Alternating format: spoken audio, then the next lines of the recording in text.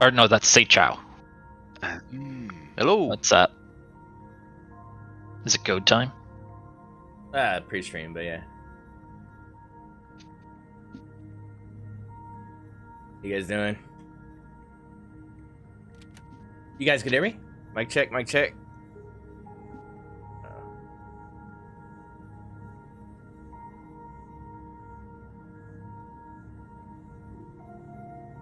Mike.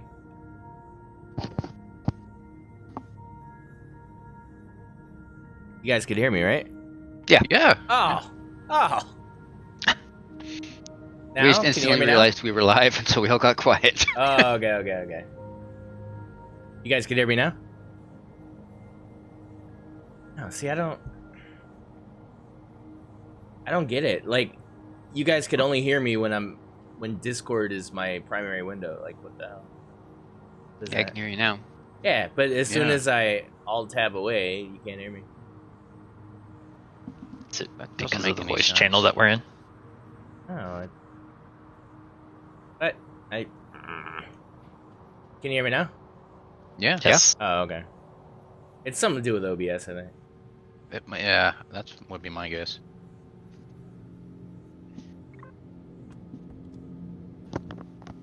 What the? All right, so what the hell, man? I'm confused. I guess we'll go over it in the stream here. But I just found some other bug. I can't fly any of my ships, and I've gone out of the game. I've come back in. I still can't fly any of my ships. Is CPU turned on? If the CPU is 0, you won't be able to move if you've got that turned on. Well, no, I'm in the Pico, and it's under tier 1 CPU. Like, yeah, I don't get it. There's fuel. The hover engines are on, and it's just stuck on the ground. I don't know. Can't say I've seen that one before. Love this game, man. Oh yeah. Game is amazing. What the freaking hell, bro? Oh my god! I'm gonna exit again. I don't get it. It's weird.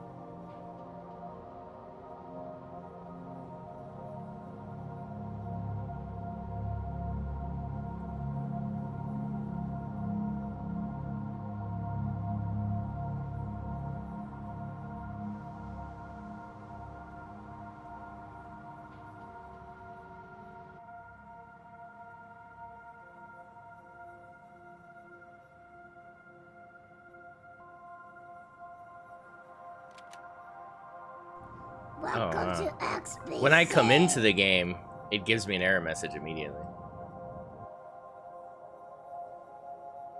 Yeah, and I can't fly anything. You've turned the game off completely? Yeah, it says object reference not set to an instance. Object cannot create mesh for block ID for Oh. So because I spawned it in and it's not technically here. Oh, I guess this whole thing is borked. Let me save this building.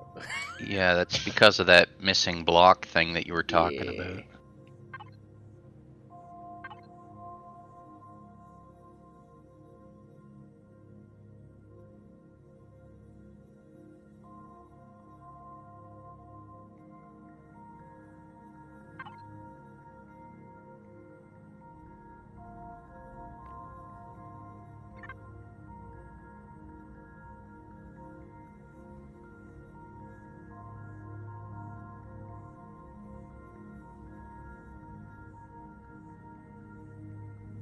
Yeah, so I don't know what to do. I guess maybe I gotta start a whole new game.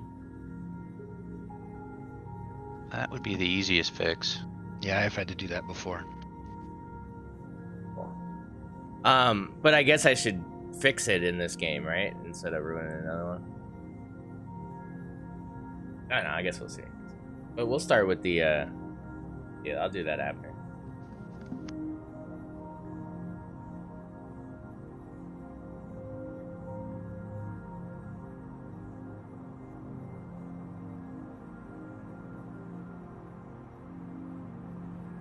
Hey guys, what's going on? Excalibur here, and we are back. Anvil, Let's Talk, episode 3. Hope you guys are doing good today. What's up, KS Berg? We got Ice Wolfen, Buko. We got Stooky. We got Ent, Jarvis, Jen, and Why Do You Want to Know coming in with resubs. We got Why Do You Want to Know with an 18-month resub. And we've got Jen coming in with a 23-month resub. Thank you very much, guys. Appreciate you as always. What's up, Annie? How's it going? Welcome, guys. I've got the Anvil server management and content management, respectively, in the channel. What's up, guys? Hey. Hey, how's it going? What's going on? We got Darkus. We got Daedric, as well as Filbert. I can't see the room, so if anybody else has popped in, let me know. No, that's it. Okay, cool. So yeah, guys, happy Sunday. There's no shortage of bugs today, but that's something else we're gonna go through a little bit here, a little bit later. I'm gonna fix a few of the there's a few builds on here that on the workshop are completely unusable, and it's because of an issue with a block ID that's no longer used, I guess. So it's for me, it's the advanced warp drive. So if you guys had any builds with the advanced warp drive, the previous advanced warp drive, it's not going to spawn. You have to fix the ID. So we're gonna go over that in a little bit here. Turn on this music here before you guys.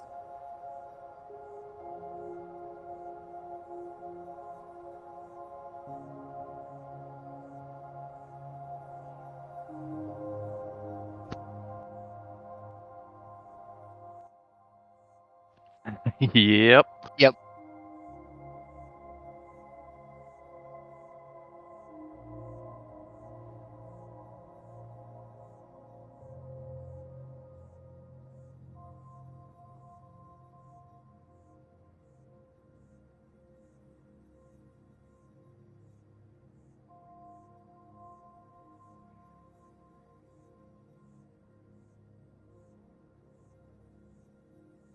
No, I can still hear you.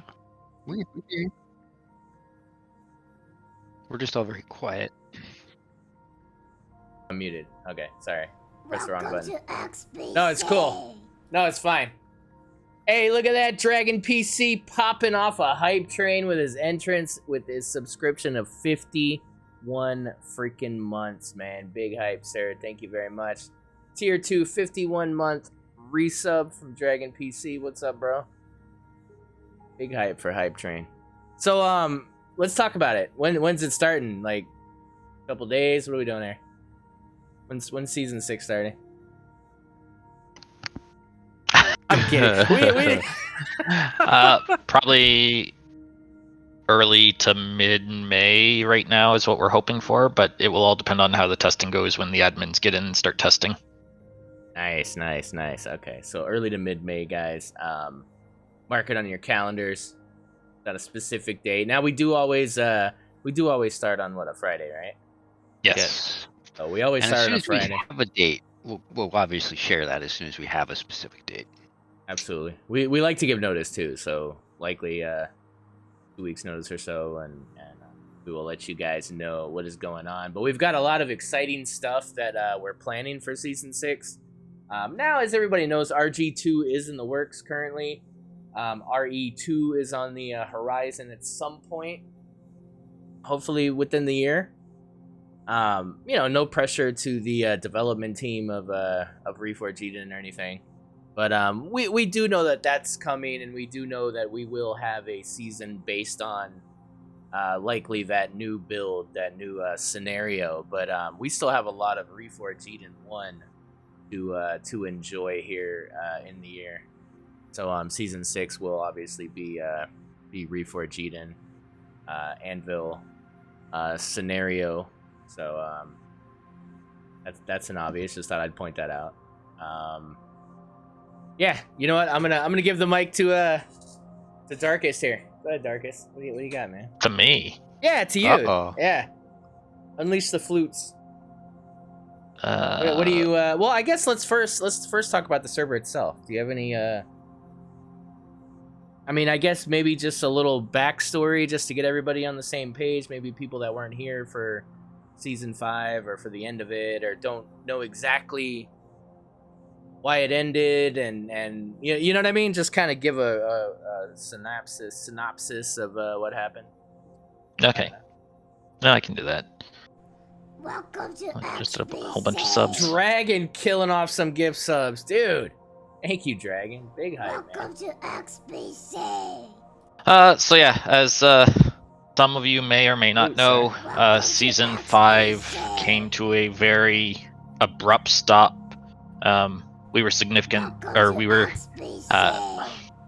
encountering significant issues throughout the season due to corruption of the database, issues with the server provider, the hardware itself. So we got to the point that for the sanity of the admins, we decided it was best to end the season and give us time to start our prep for season 6. Because the bugs were getting to the point that we would fix something and 2 days later we'd have to fix the exact same thing again. So that's pretty much the short and sweet about it. For season 6, we have changed server providers. Krellis has been hard at work getting that all set up. What we're going to be using for season 6 is even more powerful than what we had in season 5.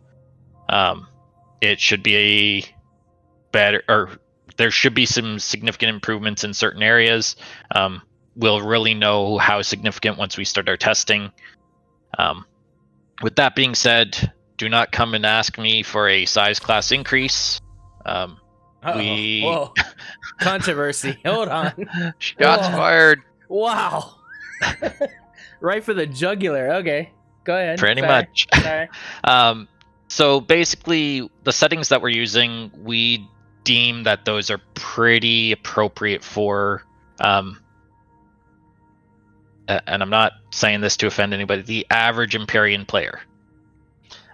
We got to remember that in this community, Thanks again, Dragon Man. Appreciate we that, have beginners and we have advanced players, and we try to strike a happy balance along all fronts.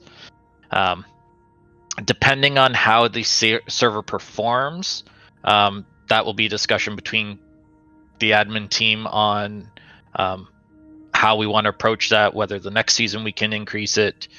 It's all something that we look at every season that we start up the server.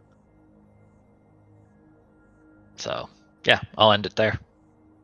All right. So, yeah. So that's basically what happened. We wanted to maintain the integrity of the performance of the server, so we bowed out of season 5. I think it was still a good run. I mean, it was, less time than our usual seasons, but I would say it was still a full season. I think a lot of us got very far, so I was more than happy with what happened. I was more than happy to get away from that planet base, but that's just me personally. I'm sure, and honestly, I'm sure that some people were in the midst of doing things and everything, so it's never great to pull the plug. It wasn't a decision we came to lightly. So, but yeah, our seasons are traditionally very long and robust, and people can even come in mid-season and have usually a very full playthrough experience. So that's always where we're gonna come from.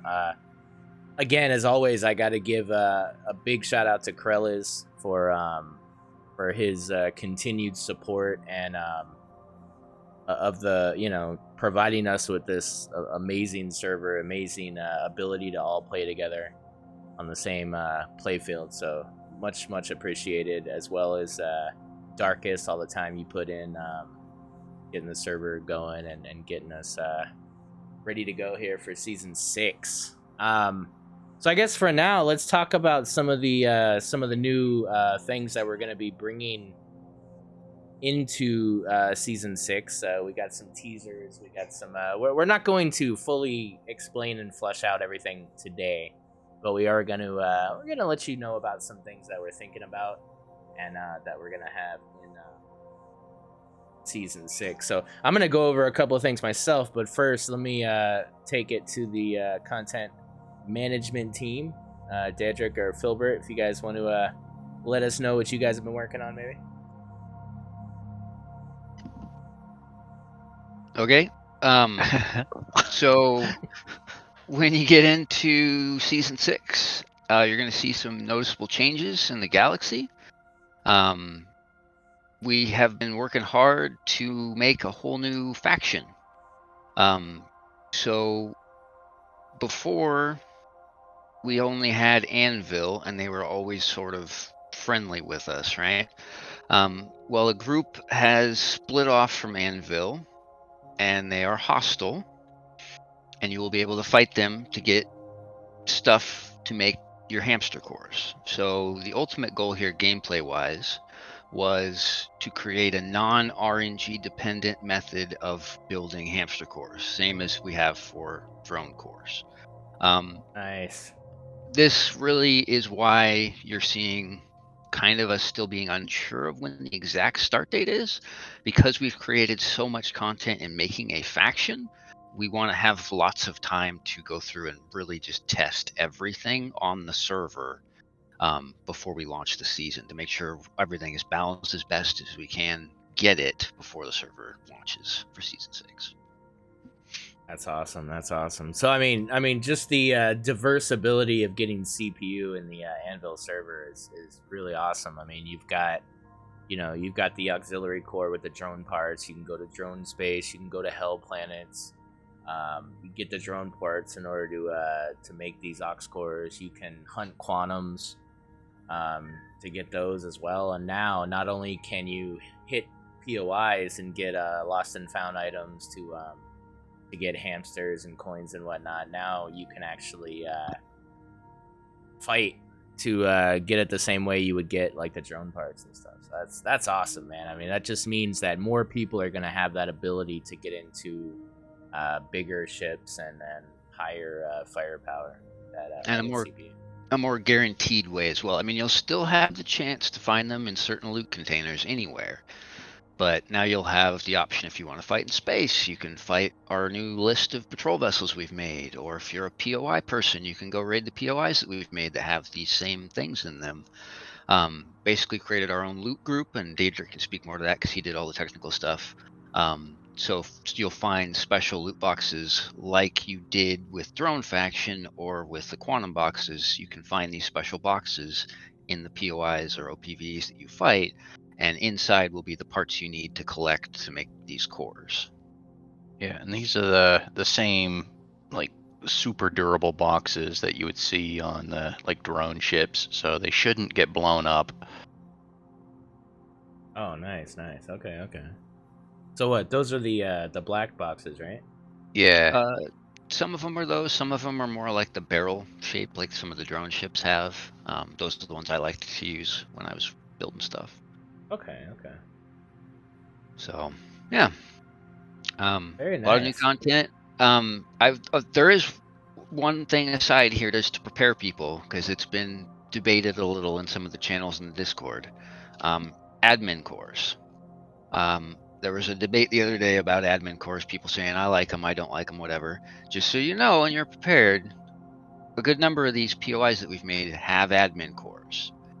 And so people don't like freak out or get upset or whatever about this.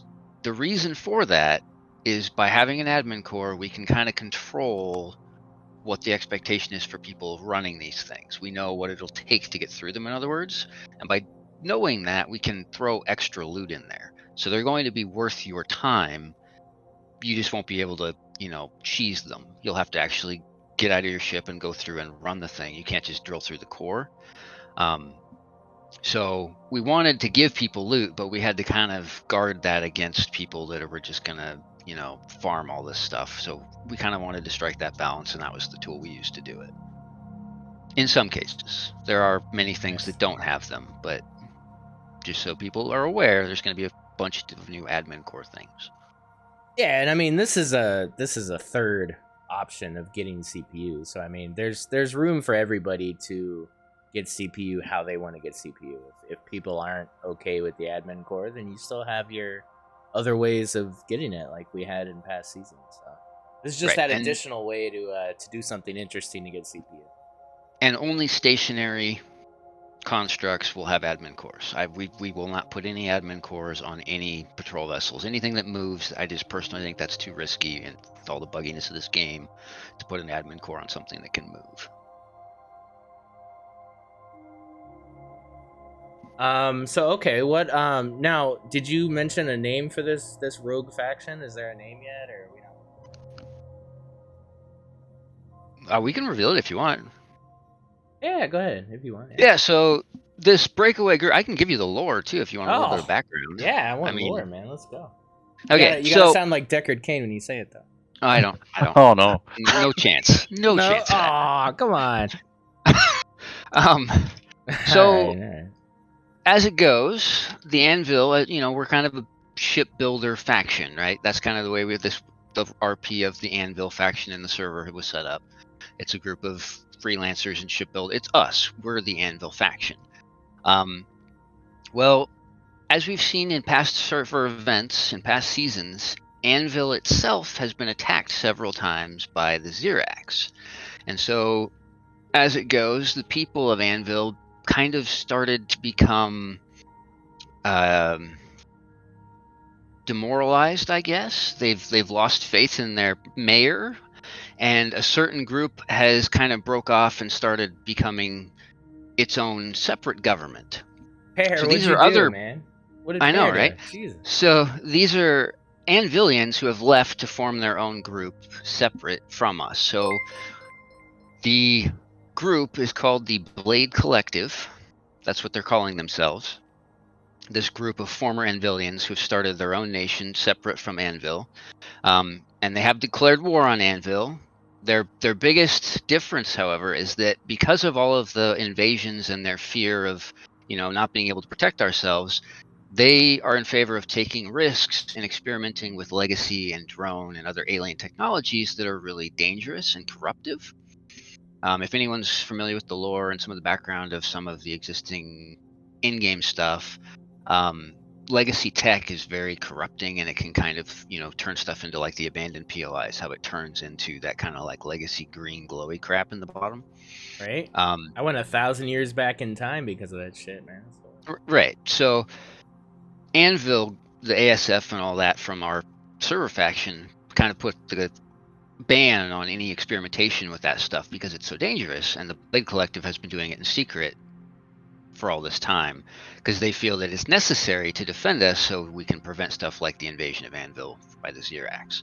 So you will notice when you look at their stuff, they're going to have bits of that legacy influence in the glowies and that kind of stuff because they're incorporating that technology into their ships and their builds and their bases and everything. So the overall theme here is that we are effectively in a state of civil war. Half of the Anvil has broken off and formed a new group called the Blade Collective. So it will be Anvil Season 6, Civil War. Ooh, I like it. I like it. That's awesome. We do have a new loading screen for the scenario as well. Oh, sweet. I sent you a copy of it, and I also have a copy of it shared on my screen, along with some other nice teasers that we'll have. So maybe I should just share your screen then. I'll put you on JCam here.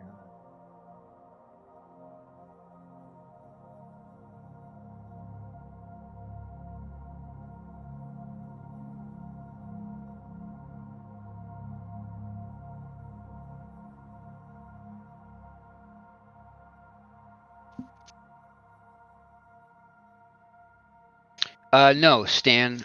So we recognize that the Legacy is its own faction, They have very specific setup in the way that they fight. They will use the Blade Collective will utilize some weapons from other factions, but the disruptor cannons are such a specialized thing, and they require such a specialized, environment to fight them. We didn't want to use them on these patrol vessels because it's just a totally different type of space combat. We figured it was probably smartest to just leave that exclusive to the Legacy so that people know what they're getting into when they fight that. So no disruptor cannons, as far as I know, on Blade Collective stuff. All right. Unless somebody slipped one in there without me noticing.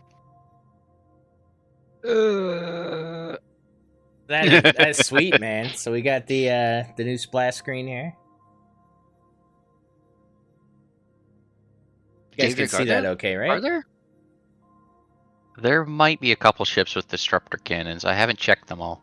I know I put one of the EMP bubble things on one of them, but not, I didn't think I used any disruptor cannons on the ones I did. Okay, so apparently there's a chance they may be using legacy tech, so be aware. Uh Keep an eye out when you get close to one. They're dangerous. oh.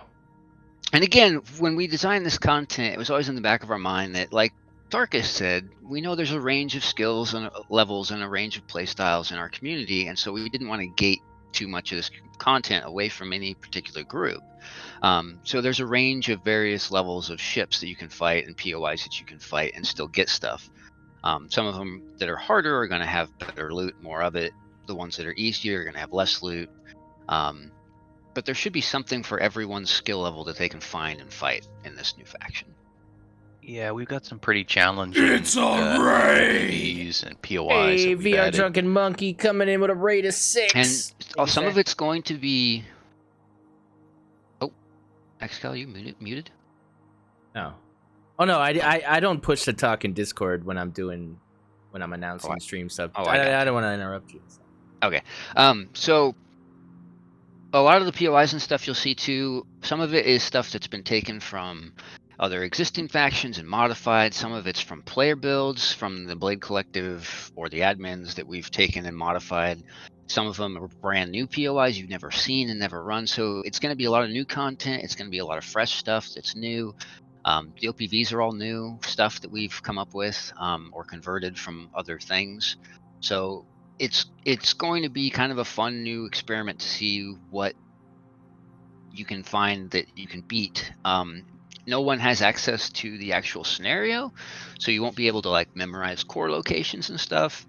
We're trying to kind of consider that when we design the difficulties on these things, because again, we don't want it to be too hard, but still be a challenge. Nice. Very nice, very nice. So along with that, I guess I can start going over some of the other stuff, right?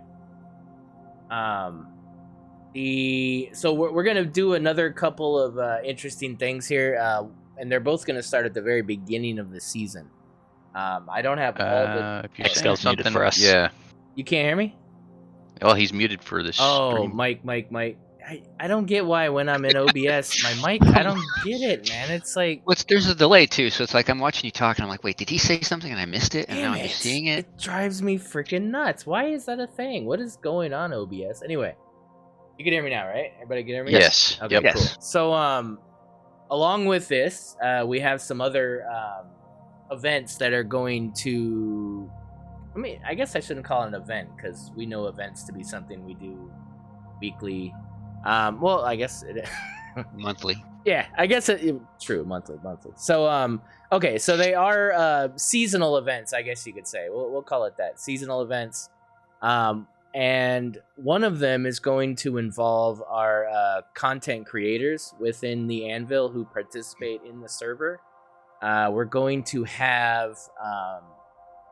I haven't come up with a specific name for it, but basically, you're going to be enlisting for the Anvilian army. Now, you're still going to be in your own... ASF, yes. You're still going to be in your own factions and everything, so it's not that it's like an in-game faction thing. But anybody who is a content creator, meaning you're a streamer, you're a YouTuber, or even if you're capable of recording yourself playing and you can upload that somewhere, even if it's a a private upload.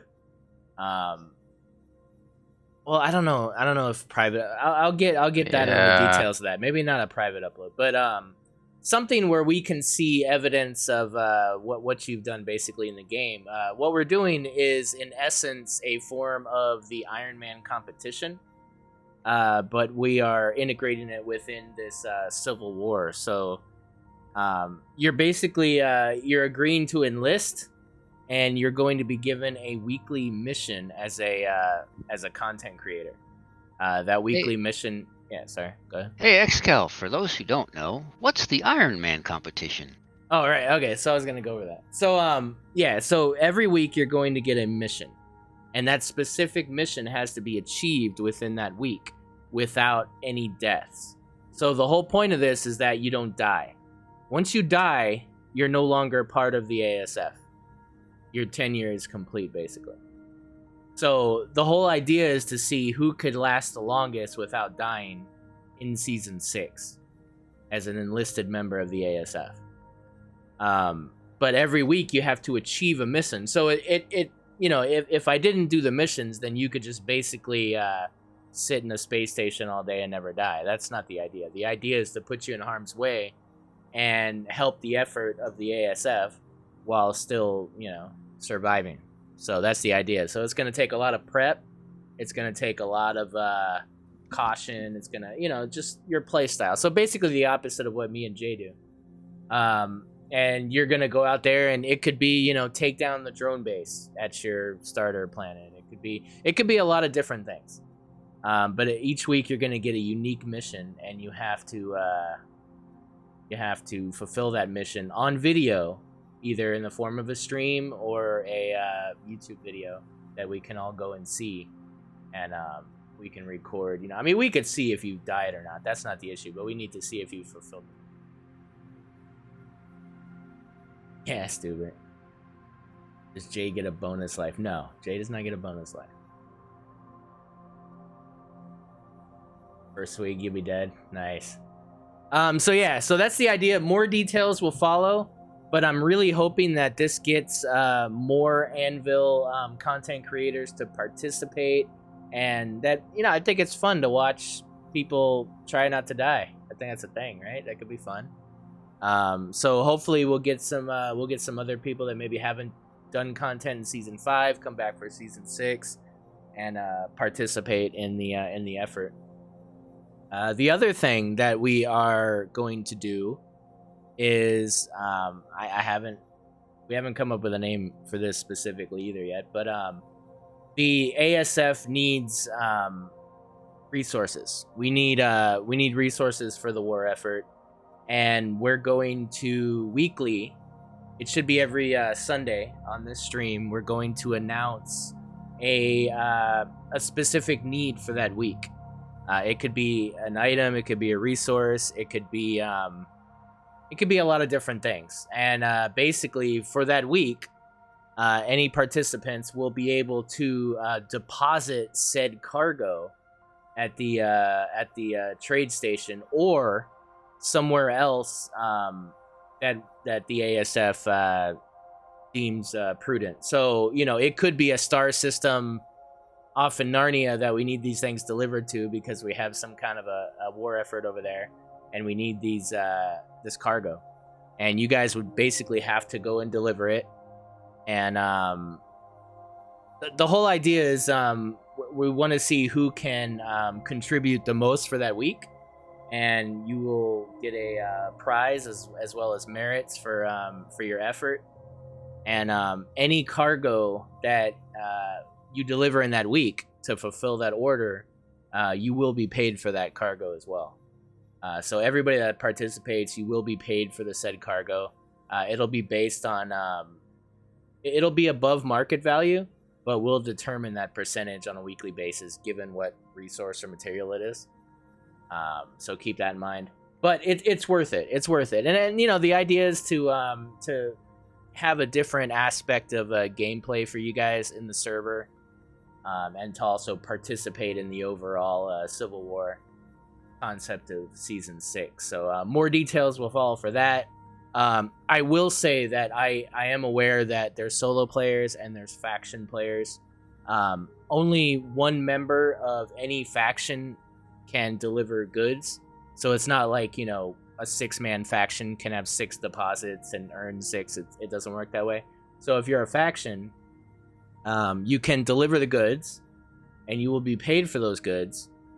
And the winner will also be determined on a scale. So it would never be fair for a 6-person faction versus a solo player to be measured at the same, you know, measurement. So basically, it'll be a average of your faction. So if your faction has 6 participants, it'll basically be measured at 1/6 of, you know, versus a solo player who will be 1 person. So we're gonna bring it down to the level where it's fair, basically, and we'll determine the winner based off of that. So if you're a faction of 6, you still need to provide the same amount that 1 person would provide based on that scale. So we'll get all those details out to you, but we just want to make sure it's fair so that solo players can have a shot as well. But I don't see a problem, because I mean, if you're a faction, you still should be able to. It'll likely be easy. I don't see an issue with that. But yeah, those are kind of the 2 things. We're hoping that you know, adds to our whole trade economy, resource gathering effort that we're always trying to instill in the server each season. We're hoping this is a new way to kind of do that, and to get people excited about participating on a group level. Yeah, you guys have anything to add to that? Or? Yeah, Stan brought something up. He asked, will the Blade Collective be galaxy-wide or just in their own bubble? So we're kind of doing a 2-phase thing with that. Obviously, neutral space is already maxed out for anyone who knows how the spawn stuff mechanics work. You can only have 10 factions spawning in a particular area, and neutral space is already maxed out. So what we did is we have the Blade Collective faction space bubble, where you'll find the POIs and the spaceships and all this stuff, which is near Anvil, because obviously it's a Civil War, so that they've broken off from Anvil. But then we're also adding a lot of the OPVs we've made into the Warlord faction spawn group, so you'll be able to find Blade Collective faction ships. They'll just be under the Warlord banner anywhere in the galaxy, because we felt that just having the one small bubble in space wouldn't give us enough opportunities for people to find and get their hamster cores. So you aren't limited to just hunting them in one space. You can find them pretty much anywhere. I wouldn't call it small. There's awesome. at least 200 systems. That's true. It's a pretty good size space that Daedric has cooked up. Awesome, man. So like, it's really an opportunity to, because even with Ox cores, like, you kind of have to go to specific places and stuff. Right? Really cool. Yeah, before people were saying because of the RNG aspect that hamsters were the hardest core to come by to get to your 10. I don't think that'll be the case anymore. Nice. That's cool, man. That's really cool. And if it is, I'll nerf it. And we retooled the way you get the lost and found items a little bit. You won't find them in normal epic loot containers anymore, because we were worried that was diluting the table.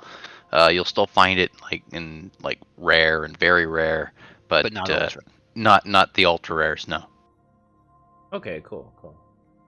Yeah.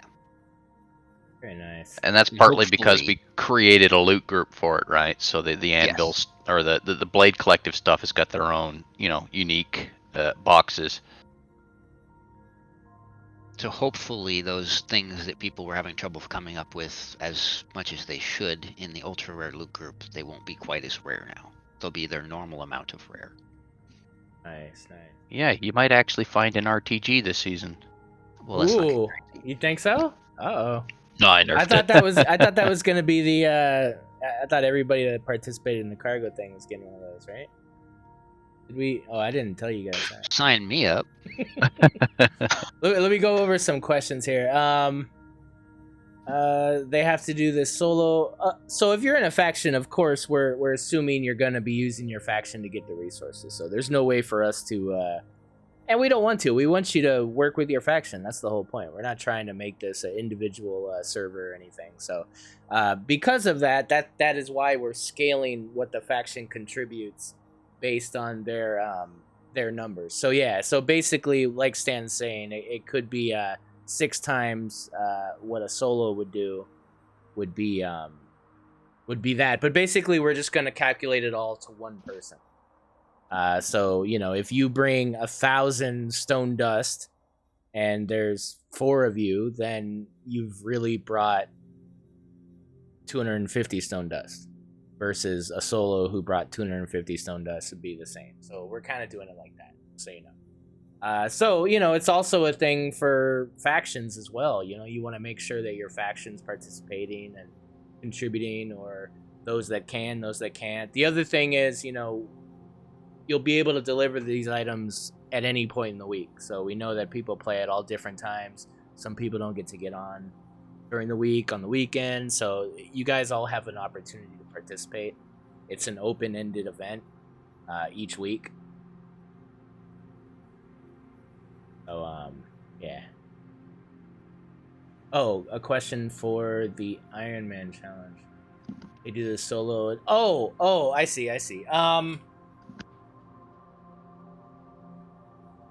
Yeah, so it would kind of be a solo thing, definitely. Because I have to scale the missions based on you being solo.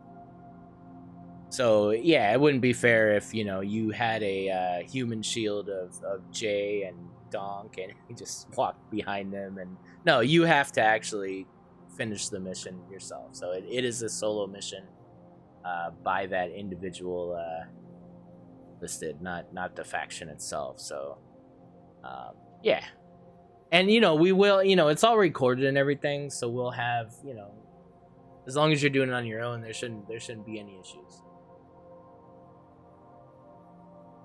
But the whole idea is not dying. It's not necessarily the mission. It's just day to day, right? Like, it happens. Now, also, I will say this up front. Obviously, we know that there's tons of bugs in this game. There's tons of issues in this game. So if something happens that's a bug or an issue that causes you to die, again, there'll be video evidence. So the admin team will evaluate that and make a judgment based on what happened. So don't let that dissuade you from participating. We recognize that stuff's likely going to happen at some point. We'll determine that on a case-by-case basis. Yeah, you suddenly get teleported into open space, suffocate to death. Yeah. Or all of a sudden the planet is like 10,000 degrees hotter than it should be. 10,000? I thought it was 10 million. Yeah.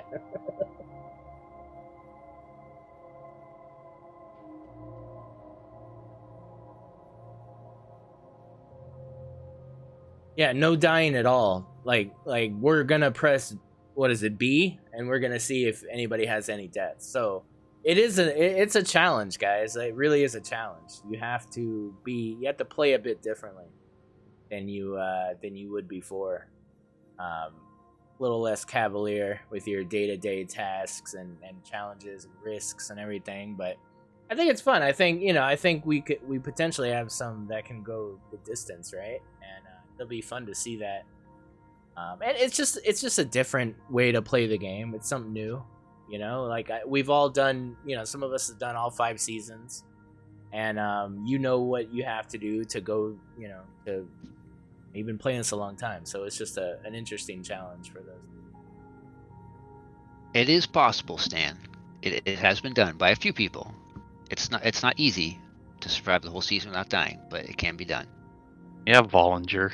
And it's only until the last person survives. It's not like you have to survive the whole time. I mean, once you're the last man standing, you win. Like, that's it. And then it's over, and then you can die as much as you want.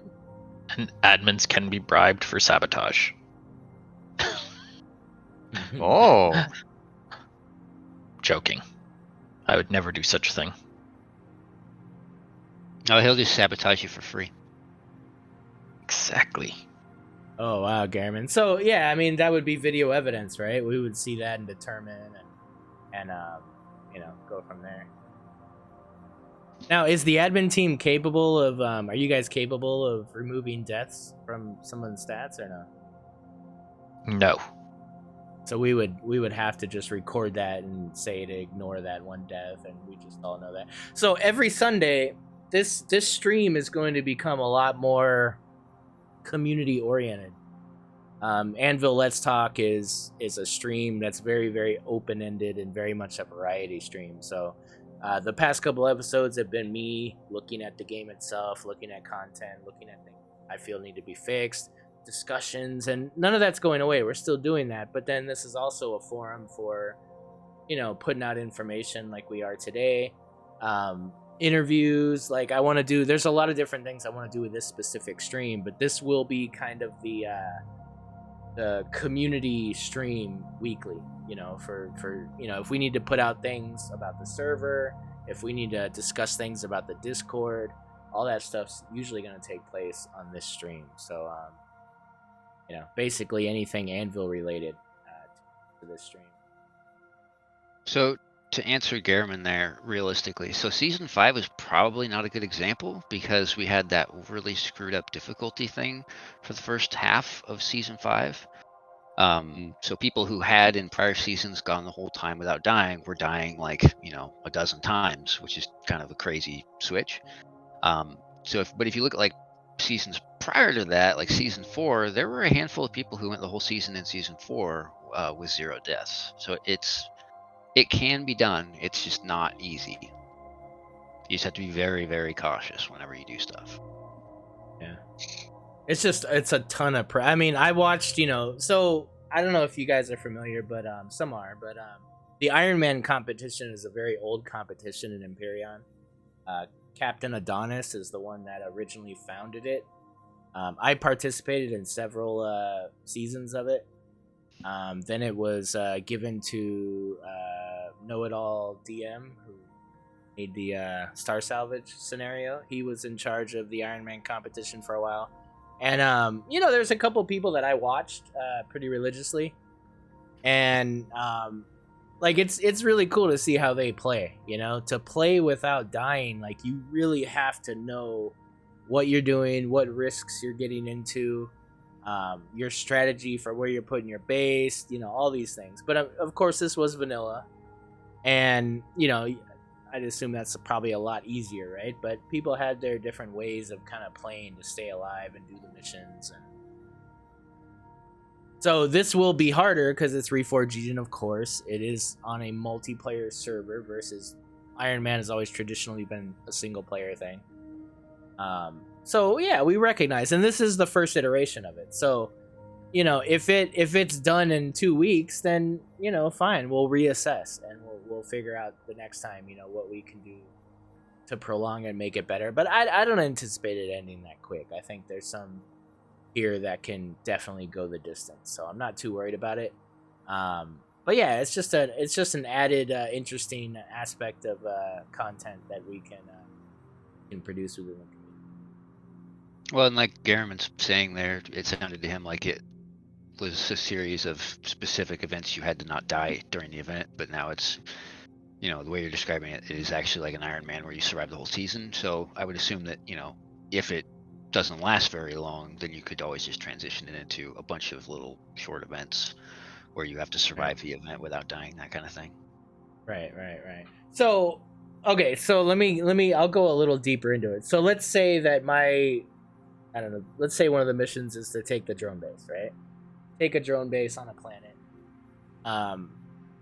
That's the mission, and that's kind of it. So, I mean, however you want to perform that mission is up to you. Now, if I put caveats in there, like, you can't drill under the base and take the core out from underneath, or, if there's things like that, then cool. But still, you can build your way around these issues to protect yourself, I wouldn't expect you to run in there with a pistol and, I mean, whatever you want to do is what you want to do, and people have different ways of doing it. So I think that's interesting content to see what people do to not die.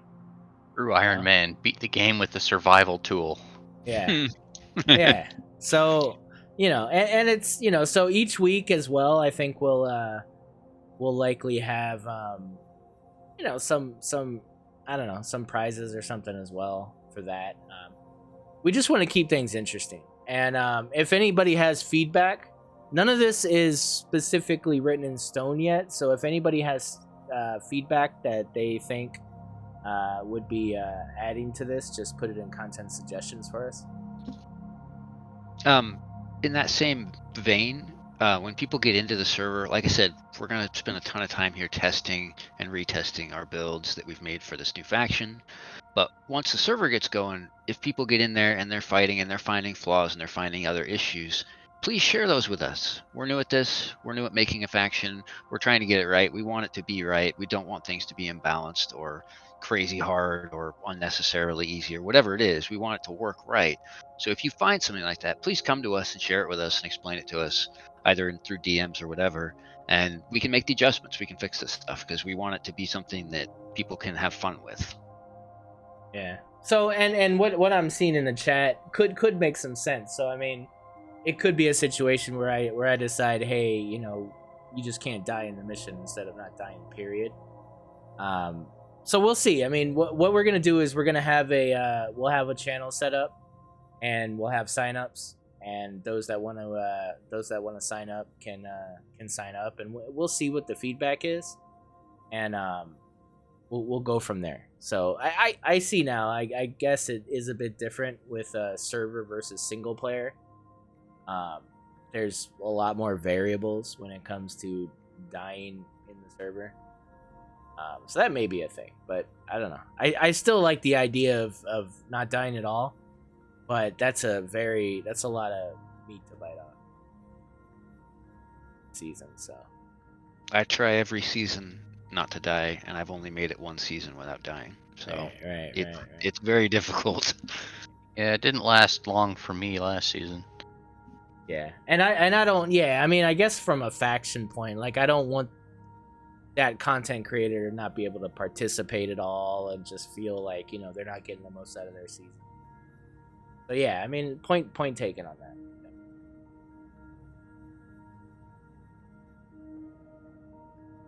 Are there going to be prizes each week for stuff related to the Iron Man, like who did the best job or who did it fastest or whatever, or is it just whoever gets who's the last man standing is the one who gets some big prize, or is it just bragging rights? Not determined yet. So Okay. the other thing too is how the content is viewed. So this is also a tricky thing, right? I always want to what's the word? I always want to promote Anvil content creators and their content. You know, it's the reason why I never really show other people's content in my streams, because I don't want it to seem like I'm hijacking viewers for their content on my channel. Like, so the same would kind of apply for this, right? Like, it would, you know, in my head it would make sense. Hey, on this stream I could just review everybody's content so that we can see all the different ways that people did it, but then they're not getting those views. I'm getting those views. It's not right. So yeah, basically, like, you guys would have to go on their individual content, view those things, and then on the Sunday we would basically talk about it, discuss what happened and everything. But I would always want to encourage you guys to go to the original channels and that content, so that they're getting credit for that, not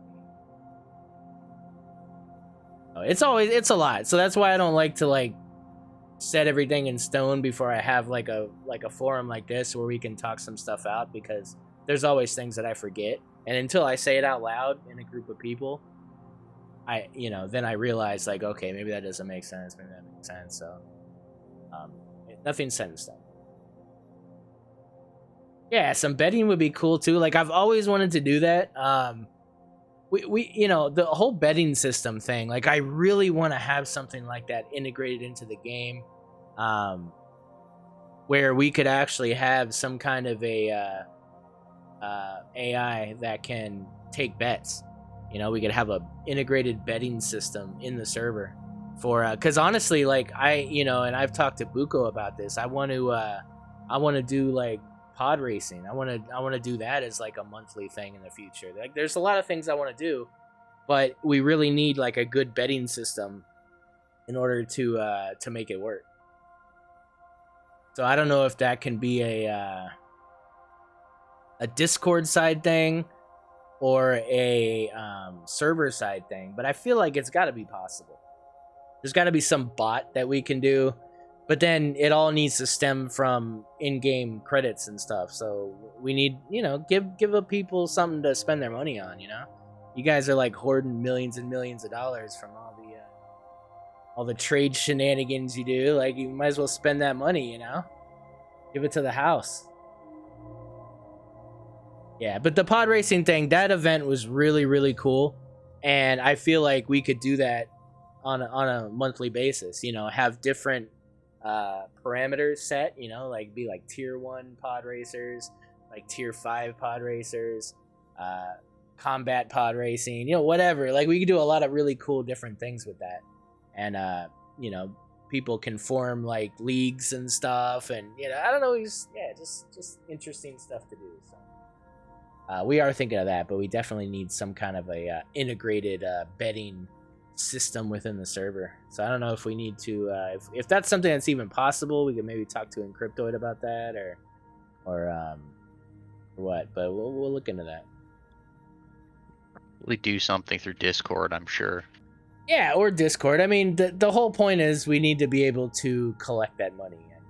I mean, it is possible for admins to do that, but that's a lot of work. It'd be nicer if it was something integrated into the game where you could just place a bet, magically get your payout when whatever happens. I don't know. I'm sure that's a coding nightmare.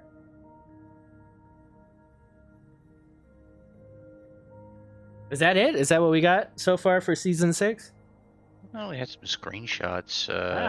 If Darkest wants to show those off. Or... Yeah, I'm still on Darkest's thing here. You guys can see that, right? Darkest's screen there in the middle. Yeah, so this screenshot here is the new Blade Collective home planet, with some of the Blade Collective ships on the right and some Anvil faction ones on the left side. Dun dun dun. Standoff.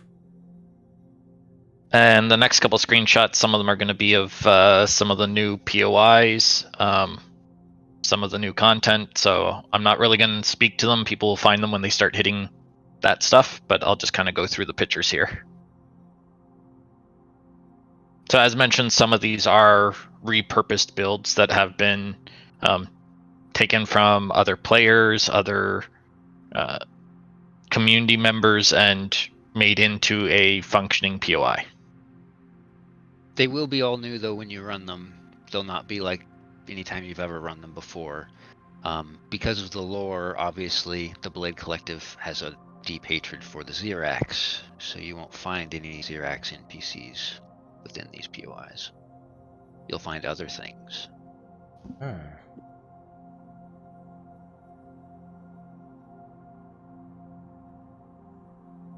Nice. I get to see this on like a 1 inch by 1 inch screen.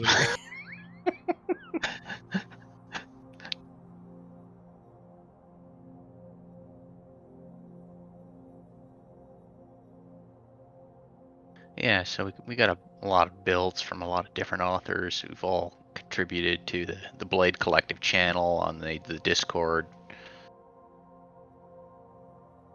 Yeah, it's awesome, man. It seemed only fitting, since they were members of the Blade Collective themselves. We'll have to keep an eye on these people. Right? Mm-hmm. Indeed.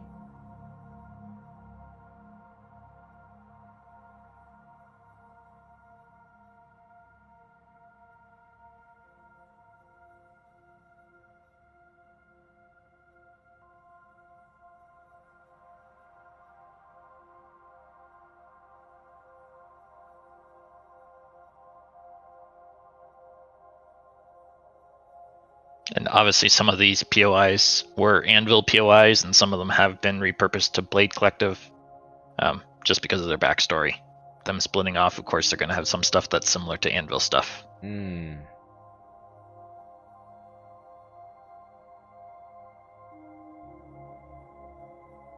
Yep, the new faction has a few ships you could call dreadnoughts.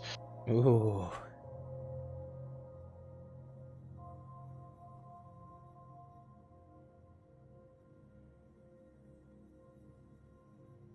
Yes, Annie. You guys are the evilest of the evil.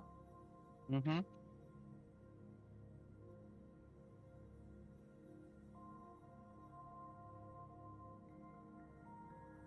This next one, two of the images have been blurred out for spoiler's sake, but this is the inside of one of the new POIs.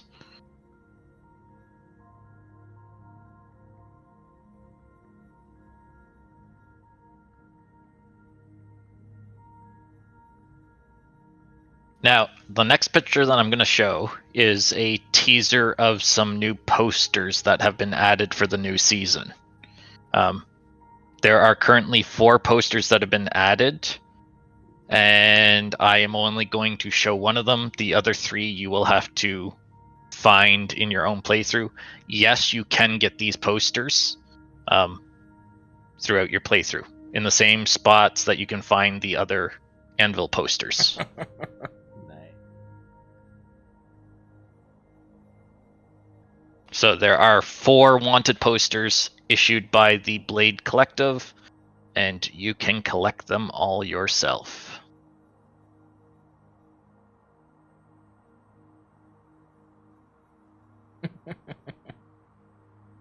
That's good. So that's what I have for screenshots. I think we should mention there is also one new abandoned POI you can find throughout the galaxy. Wait. How am I just seeing this now? That's a thumb? Yep.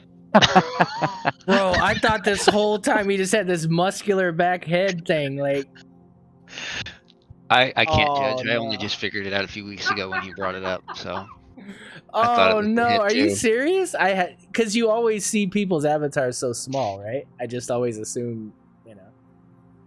That's hilarious. Yeah, he's got a great avatar. Oh wow. Yeah, I had no idea until it was bigger like this. Wow.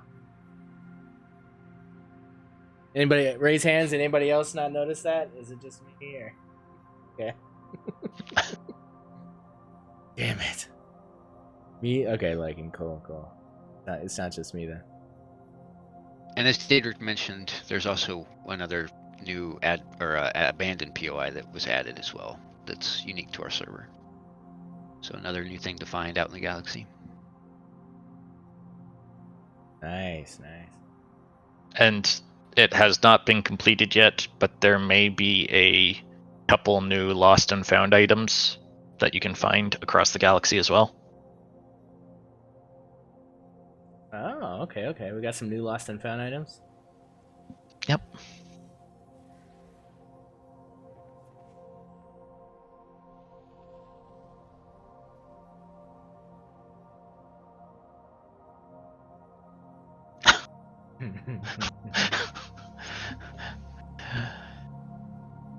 Filbert, Daedric, what's the new abandoned POI called? The abandoned airport, I believe. Oh. Yeah, I think that's. It's by Ice Wolfen. So you know it's good.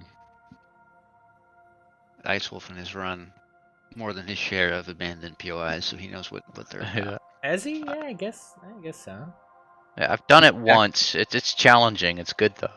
Back when we had, I think it was season 1, there was the challenge for who could run the abandoned POI the fastest, and as if I remember right, Ice Wolfen was the winner of that. It was Ice Wolfen, definitely. What was it, like 43 seconds or something? Something That's insane. Holy shit. Yeah. Yeah, no, he went. It was the one where you go through one of the silos, you go down, and then you. Yeah, it was the old abandoned factory. Yeah. Oh, okay. Yeah, he just ran through all those little like cubby holes and stuff, and just it was done. It was like, wow.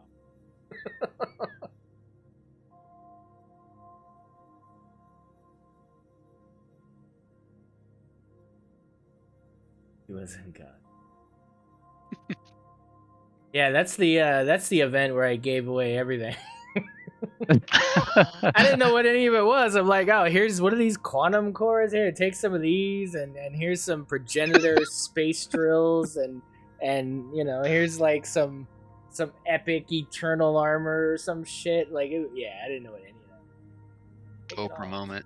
You And get a fr- quantum. You get And a from quantum. that point on, Yeah. Xgil never gave out the prizes. Oh man, I know. You got a dermal burn from Darkest. I didn't know. I had no idea what they were. That's hilarious. I think it was Garriman joke. I think it was literally 10 CB quantums. Yeah. Oh wow, just ridiculous. I think Ice stopped playing. He was like, okay, well, I finished my season.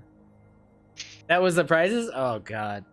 That was season 1, wasn't it? Yeah. That was, No, like, it was horrible, ages ago. dude. I didn't know what I was doing.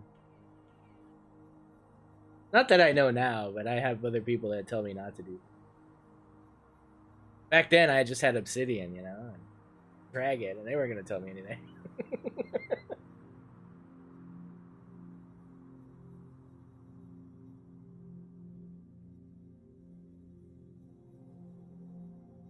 So, Civil War. Coming soon to a server near you. Very cool, man. I'm excited. See the Xiphos in there. That doesn't work. Gotta fix this. That one does. Yeah, that that one one does. Okay. Fighting the good fight. Nice. Very cool, man. Well, thank you guys for all the teasers and announcements. Definitely looking forward to season 6. We're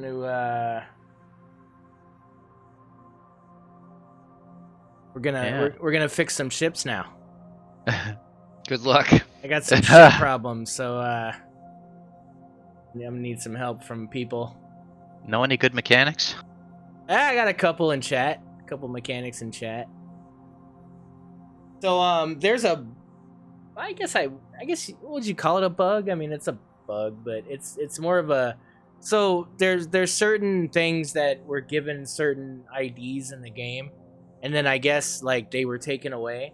So now when you try to spawn the ship, it doesn't know what to do. It doesn't. So I'll demonstrate. So I've had this on the workshop. A couple people have addressed the conda. Now this is I did put legacy on this temporarily, but this is the workshop version. This isn't well, you can see the little sub icon there. You can't, but as soon as I spawn it, I get this error, and then it just gives me an empty nothing. I can't spawn it. Now if you look that was here, because the warp drive changed, right? yes, but yeah, so it says missing. Oh wow, there's a bunch of IDs. So 252, 237. Oh, I guess it's just 252 and 237.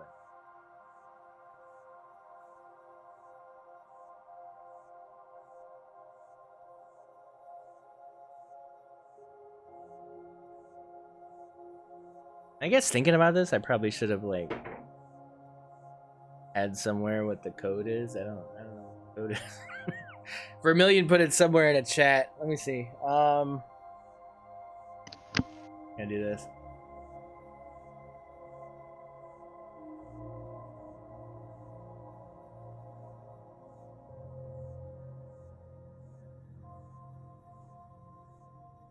No, I'm not in RG2 creative. This is sorry.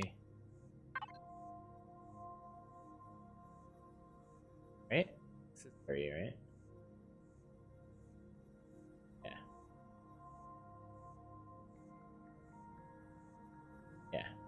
Yeah. No fancy fixed weapons. This is Zari. Yeah, so see, no name for ID warp drive 2 old, and no ID for warp drive 2 old found in the Xiphos epic. Skipping. Why did it even talk about? Wait, the Carrick.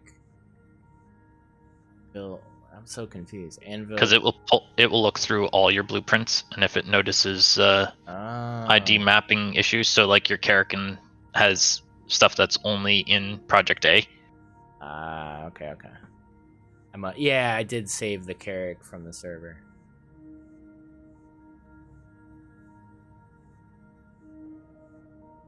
So yeah, that warp drive tier 2 is a bad thing. So I gotta change that. I don't know how to do that though. Let me go to Discord.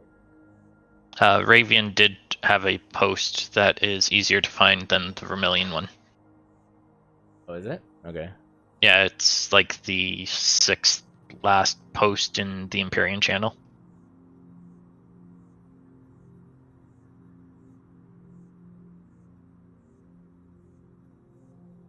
Might be more than that, but okay, it's like the 12th last post.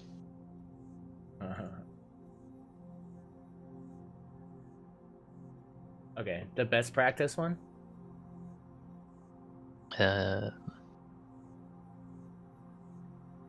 Okay, so 2 after that, he goes, you can do something like this, and then gives the code to put in Okay. the file, which would be in the block config.ecf for the scenario. All right, this will be interesting.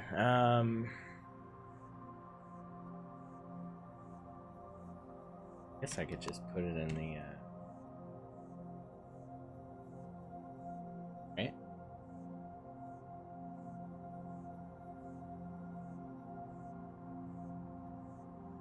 So what's Cane block? What is that? Oh, that's just the name for the block. You can put it whatever you want. Oh, so he okay. You just need to make sure that what it's referencing is there. So that ref light ms01, you just need to make sure that's there. So yeah, you'll need to put that into the config file for the actual scenario. Oh, this isn't something I could do in game. No. Oh. What? What do you mean, for the blueprint? I gotta do it in a scenario. Confused Yes. now. I don't get it.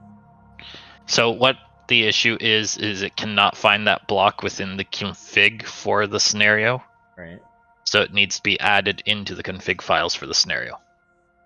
But then, once I relog into the game, wouldn't the workshop update the scenario?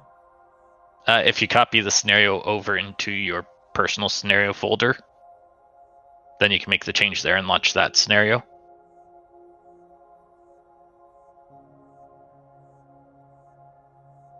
So, okay, so all this is in an effort for me to be able to spawn this in and remove the warp drive? Yes.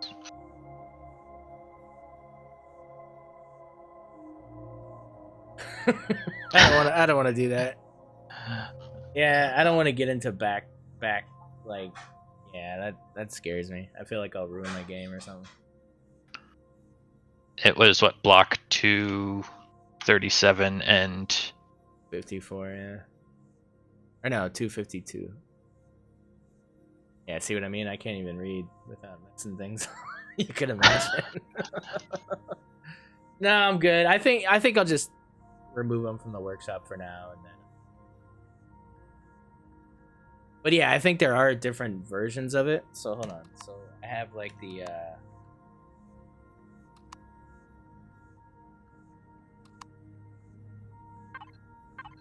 how do I stop this? Like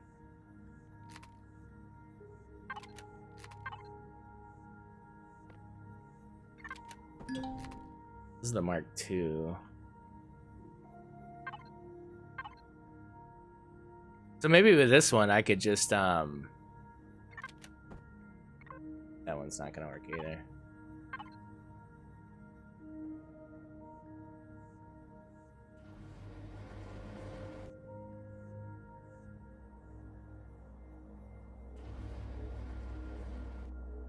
This one's virtually the same, it's just been improved, so I mean it probably makes sense for me to just change it with this new Honda. Otherwise, it's kind of the same ship.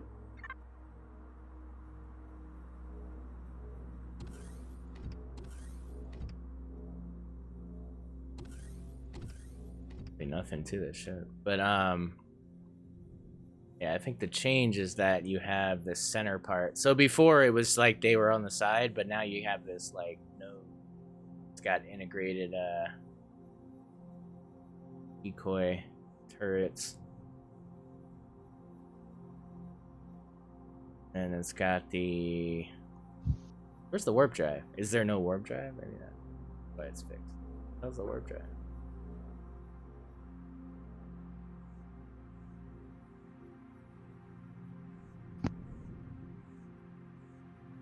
Oh.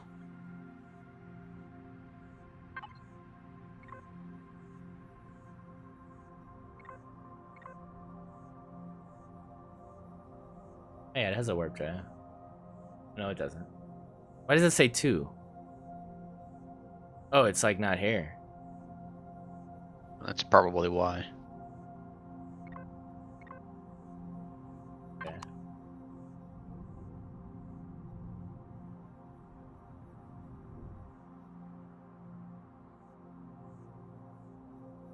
It's weird.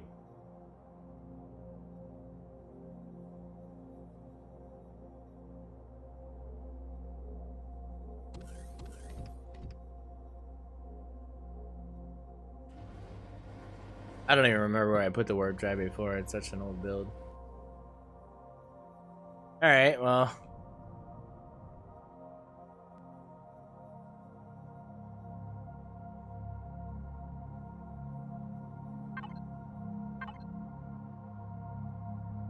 Then I do have...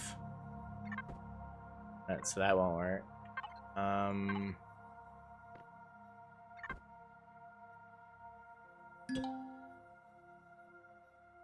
I guess this is when I was still building it.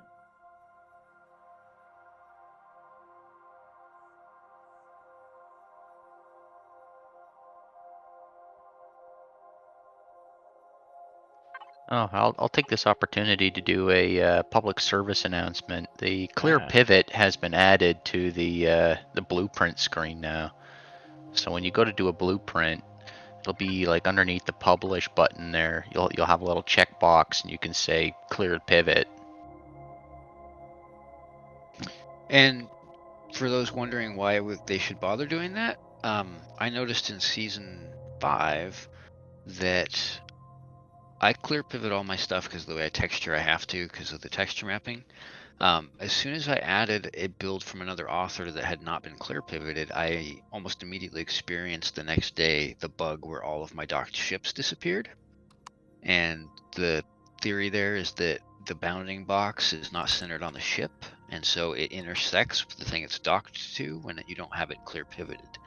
So potentially a way to avoid that bug would be to make sure you're only using builds that have been clear pivoted, just as like a heads up. So it does have a practical benefit. Yeah, we ran into that a lot last season with people's ships disappearing.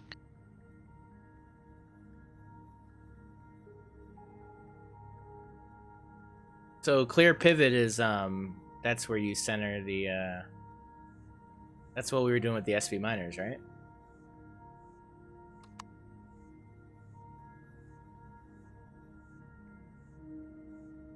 Over? Yeah. Like when you create like a new ship, right? Like you go to create a new SV or sorry CV, and it creates that little platform with the core. The pivot point is centered on the core. And if you go and create one of those tripods, like a lot of people do, because they like to build on a planet because you got better lighting, what that means is your pivot point is outside of your ship. And if you don't clear that, it stays outside of your ship, and it has a few effects, like the one where we run into where your ship might cause things to disappear. Apparently, it also affects the way your ship will rotate and fly. So if you don't reset it, it can create a lot of problems. Something I don't do. I need to do that. Yeah, funny story. The ship I brought in was one of yours. That's when I lost all my ships. Oh wow, really? I brought in an auger, and that was when I discovered that The auger doesn't have it wasn't clear pivoted. It wasn't? Which auger? Um, I thought I the did that laser for the drill augers. auger. I don't know. It's one I've modified, but it would have been based off of one of your older augers. The little SV. Well, there's the regular S, I and then believe it's there's the Mark S. Is the one that I modified. The one that's on the workshop. The one that says unlock 20, I think. Yeah, that's the one that I... No, it must not have been that one. Because, yeah, the bounding box and the one that I had in there was way different. It might have been one I got from Stan from the Blade Collective channel, because Stan modified one of yours at one point. Yeah, I think this is Ferrari. Stan's.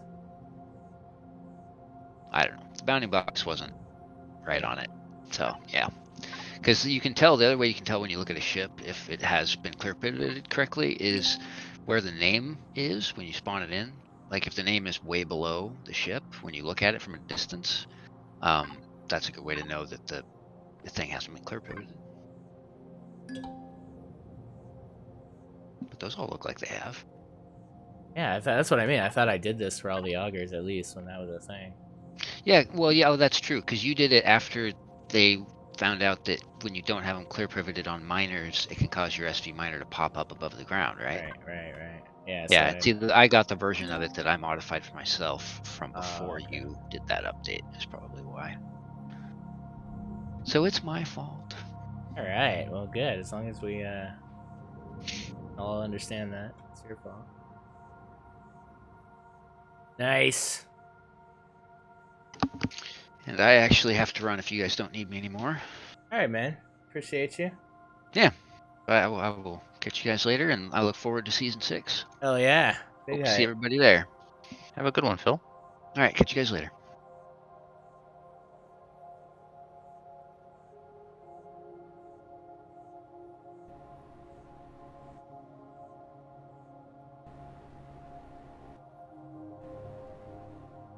Well, dang. All right. So I guess I can't really do that in the stream. So that'll be a I don't know. I'll figure that out later. But this version is, I think I did give this out on Patreon. So, but there's just no warp drive. So it's weird that it says there's a warp drive, but there isn't. Well, it doesn't now. So I guess you'd have to put one in here. I don't know where you'd put it though. I swear there'd be a place for it though.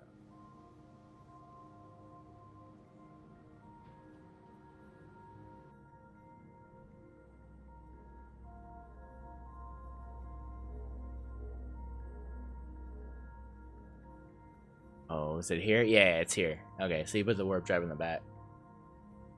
Yeah, anybody that got this from Patreon, you put it in the back here.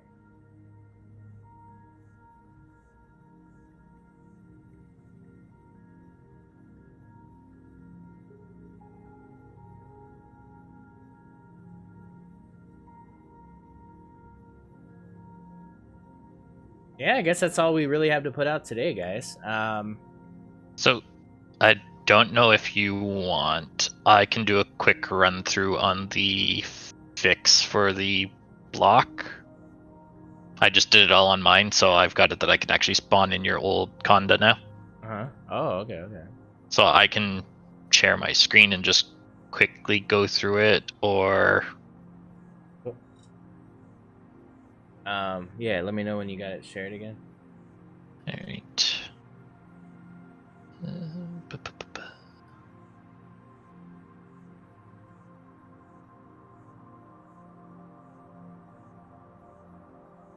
Alright, should be shared.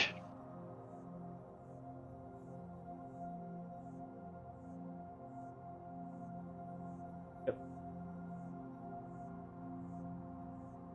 So it's going to be hard to see here, but basically what you can do in your own Empyrean folder content scenarios, you can just copy Reforged Eden. You can do whatever. I just made a scenario here called Fixing Blocks. That's just a copy of Reforged Eden, essentially. In the content folder configuration, there's a file called blocksconfig.ecf. If you go in there, at the end, I added in 2 blocks. So I just called it block 1 and block 2. I just referenced a light, made sure it had a model of a light, and then I gave those block IDs number 237 and 252. Okay. So once that's done, save the file, and then you can launch Empyrean. We'll see if Empyrean will actually let me... Oh, there we go. Just give me a second here. So now if you start a game with a scenario and choose the one that you made, or the one that you did the fix in, so in my case I got the fixing blocks, and start it, then it will load with the new configs and those blocks that were missing before. So I say I copy Reforged D and I copied Project A, so...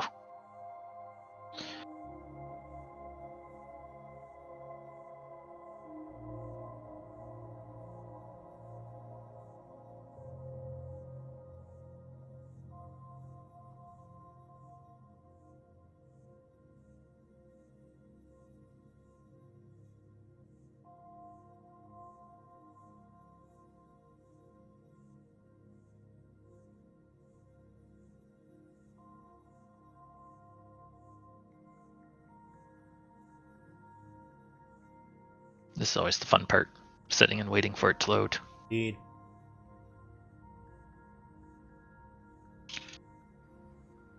So I started as a creative game, and now if I spawn in, this is the condo that you were having the issue with. It spawns in just fine. And now if you go to where the warp drive should be, you'll notice there's a light. Okay. And that's what I put in for the block to be so that I could easily find it. So once you remove that light, you can save it again and it should be fine.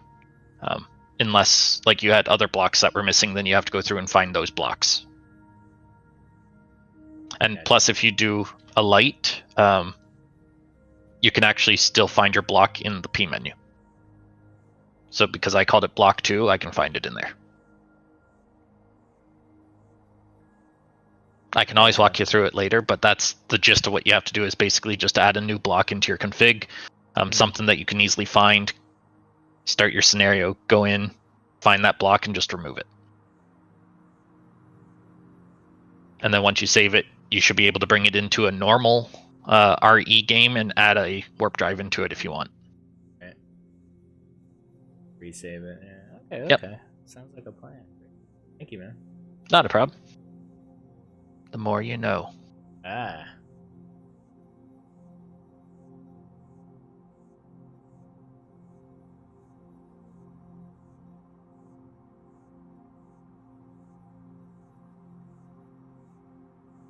What's up, Taste Day?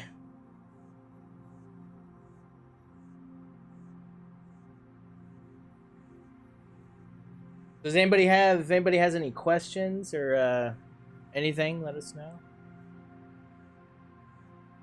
about anything that we announced or addressed.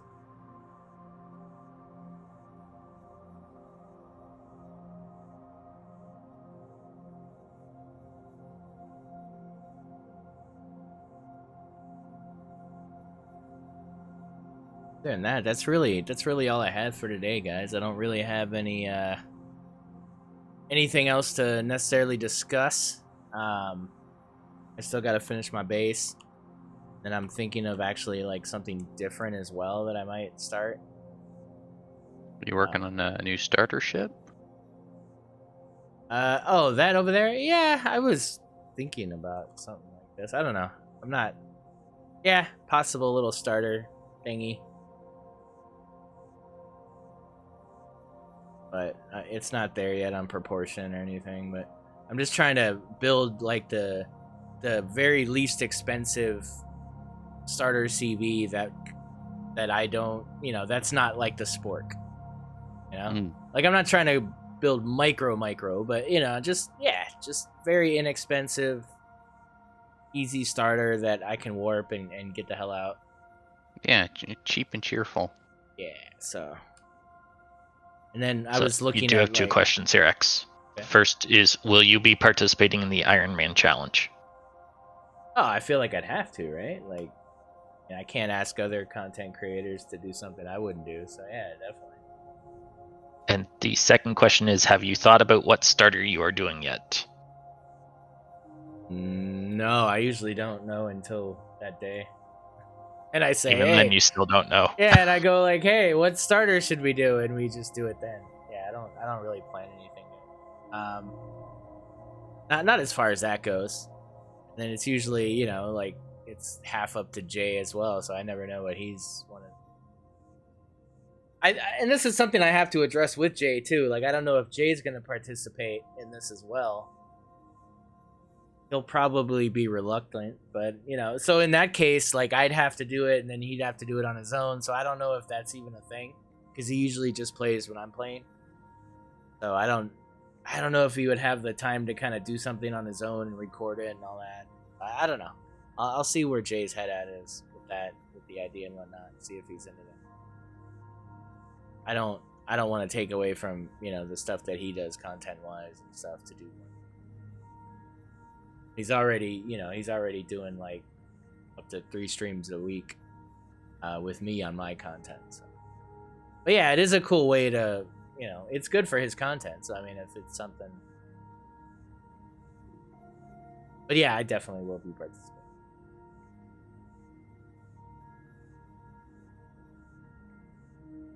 We'd be building a base in survival again. I don't know. I think, to be honest, guys, like, everybody, is always, I've heard this for years and years, like, hey, you should do a co-op build with Jay, or you should do a build with this guy or that guy, and I never find that fun. Like, I guess some people find that fun, and maybe it just takes a certain person. But, yeah, and Jay either. Like, I've talked to Jay about it a million times, and he's like, no, I never want to do that. Like, it's excruciating. You know what I mean? Because, Jay, he's the nicest guy in the world, so he's just going to be like, oh, yeah, that looks cool. It's like, you could tell, like, he wants to say something, but he doesn't. So then you got to encourage him, and he's like, well, I had an idea. What do you think about this? And it's like, oh, yeah, Jay. And then it's like, you know what I mean? So then you're just kind of back and forth, kind of like, it's just unnecessary compromise. Because, building's supposed to be fun. Building's supposed to be creative, and it's supposed to be, and everybody has their different way of being creative. They have their different way of getting to that product, right? To getting to where they're happy with their build. And for me, like, it's, sometimes Jay will put something, he'll do something on my build, and it will inspire me to want to do something different, and it will come out good sometimes. That's great. But building something together, like that base, so you guys know me, I'm a minimalist. I like small bases that have high function and stuff. And, we had built that first level on the plateau. And, so I was like, cool, garden. Like, I did the CV weird, elaborate drop garden thing and all that. And then, like, he built another floor. And I'm like, oh, okay, so what's that for?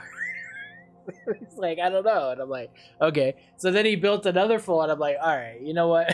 I don't know what we're doing with his base. But I guess we're making a hotel. It's like, I didn't get it. So immediately I was kind of checked out of that, right? And because I'm not gonna push through something for content. You guys know that, and that's probably at my demise.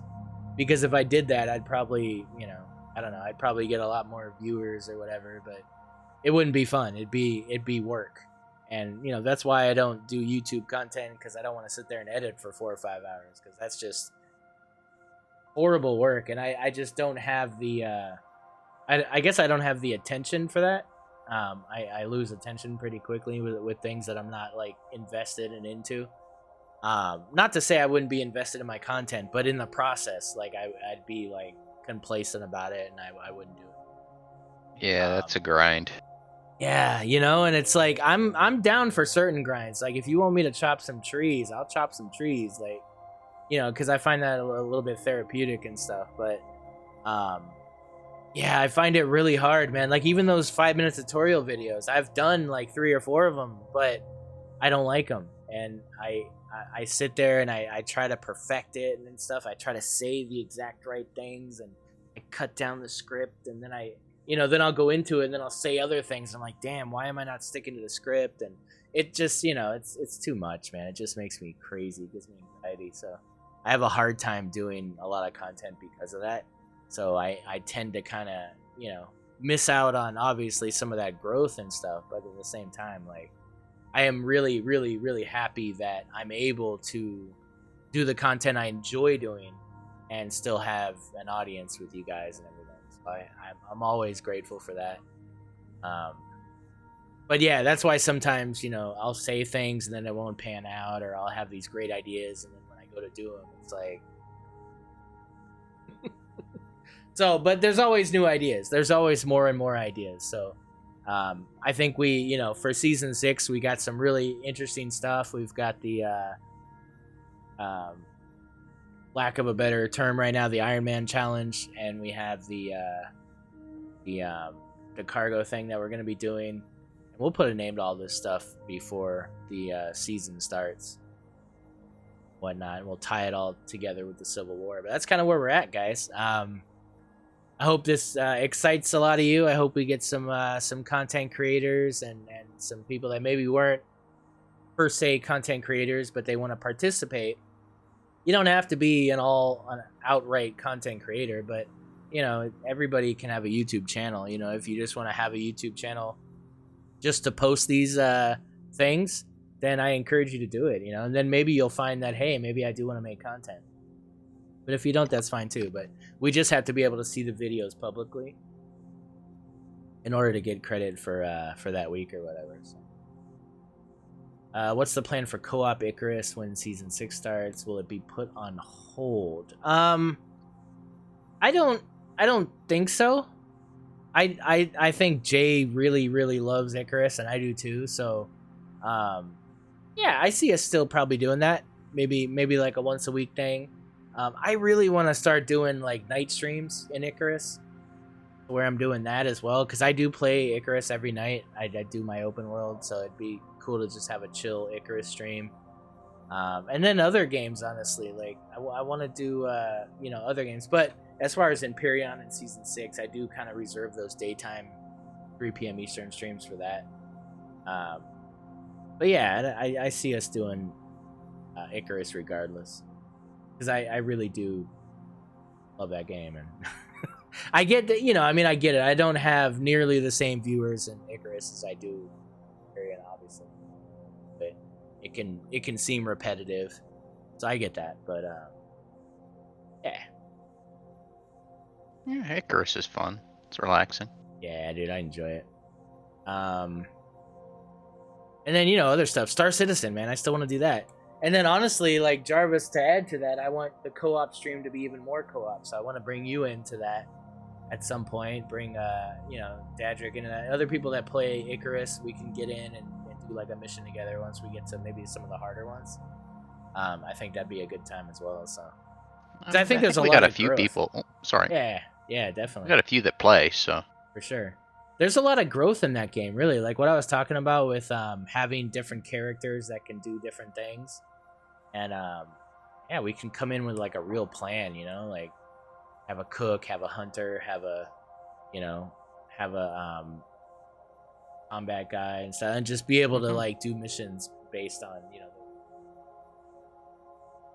Star Citizen. I still want to do that. I'm waiting for it to be more stable, and Garriman tells me it's okay. I want to do some stuff in Star Citizen as well. So there's a lot of content stuff I want to do. It'll vary between like the daytime and evening stuff. But yeah, I definitely want to continue to evolve my Empyrean content as well. Our streams are good. I definitely feel good about me and Jay's co-op streams and stuff, but I also want to I want it to be quality content as well. So sometimes, we get in there and we're just kind of ranting about stuff and we're not really doing anything. I feel like that's what this stream's for. So I want the Empyrean streams to be more focused maybe and more content-y. Yeah, I have Spaceborne 2 as well. Well, I haven't tried it yet, so that's something else I want to look at. That one does look good. I haven't even looked at anything on it, so Everspace 2 is really good. I've been playing that. is it? Okay. Well, that was the one you were talking about before, right? Yeah, yeah. When is the Builders series starting? Builders series. You just mean my Empyrean build series? That's always a thing. Yeah. I mean that's kind of always a thing. I don't know if it's ever steady. It's weird. Like I always build better when I'm offline now. I don't know. I guess it's because I listen to music when I do it offline, so maybe that's better. It just kind of calms me a little bit. Can't. Well, I guess I can play music now because I'm only streaming to Twitch. I could use that Twitch music thingy or whatever. Yeah, they've got their own system, don't they? Yeah, so when I was streaming to both YouTube and Twitch, I could never do it because even though Twitch was cool with it on one side, YouTube would mute me. So I don't care about the monetization thing on YouTube. Like I don't make any money on YouTube, so it doesn't matter to me. But what matters to me is when my stream gets muted because of the music. And then it's like it's not watchable, right? Because you're like you just silence.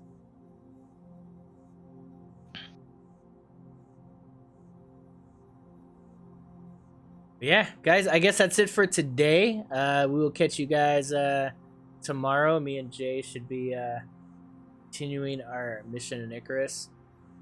And as we get closer to season 6, we'll definitely announce the start date as well as roll out all the very specific aspects of the new content we have. But yeah, I want to thank everybody as usual for all their participation as well as all the efforts going on admin side. And yeah, again, if you have any feedback, content suggestions, if you have server specific content suggestions, do it in server suggestions. That's not confusing.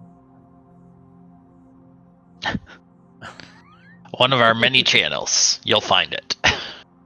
There you go. And yeah, as always, guys, keep building, and we'll catch you on the next one. Take care. Later, guys. Bye-bye.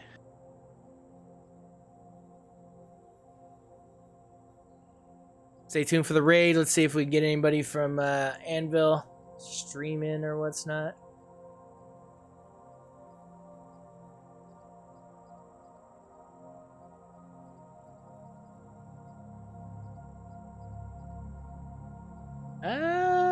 We do have vet, so we have vet and we have yeah.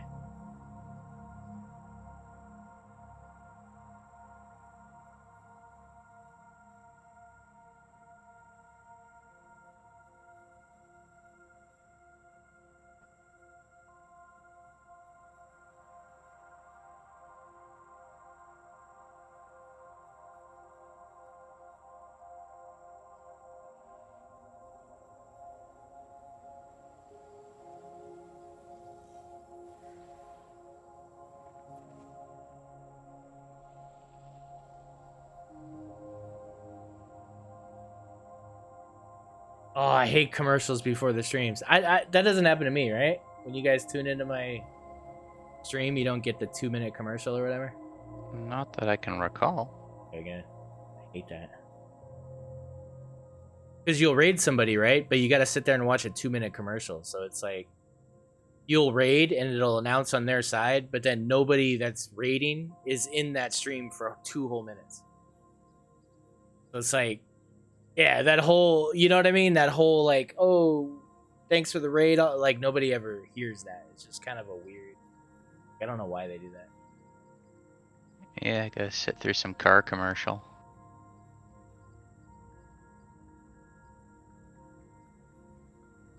Oh, now I want to play 7 days watching this.